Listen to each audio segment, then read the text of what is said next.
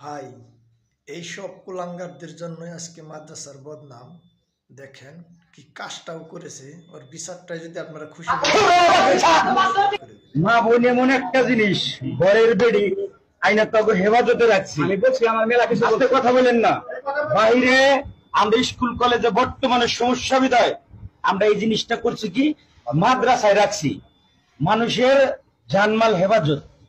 আমার মেয়ে মাদ্রাসায় থাকে, এমন একটা কর্মকাণ্ড করছে যে কর্মকাণ্ড মাদ্রাসার হিসাবে আল্লাহর দুনিয়ায় এর থেকে নিকৃষ্ট কোনো কাজ হয় না। একটা মেয়ে তার বাবা মা এই জায়গায় রাখছে, ওই বাথরুমে মোবাইল সেট করে রাখছে। আবাসিক মাদ্রাসা বাথরুমে মোবাইল সেট করে রাখছে। এই মেয়ে কিভাবে গোসল করে, কিভাবে কি করে, ছোট্ট ছোট্ট বাচ্চা।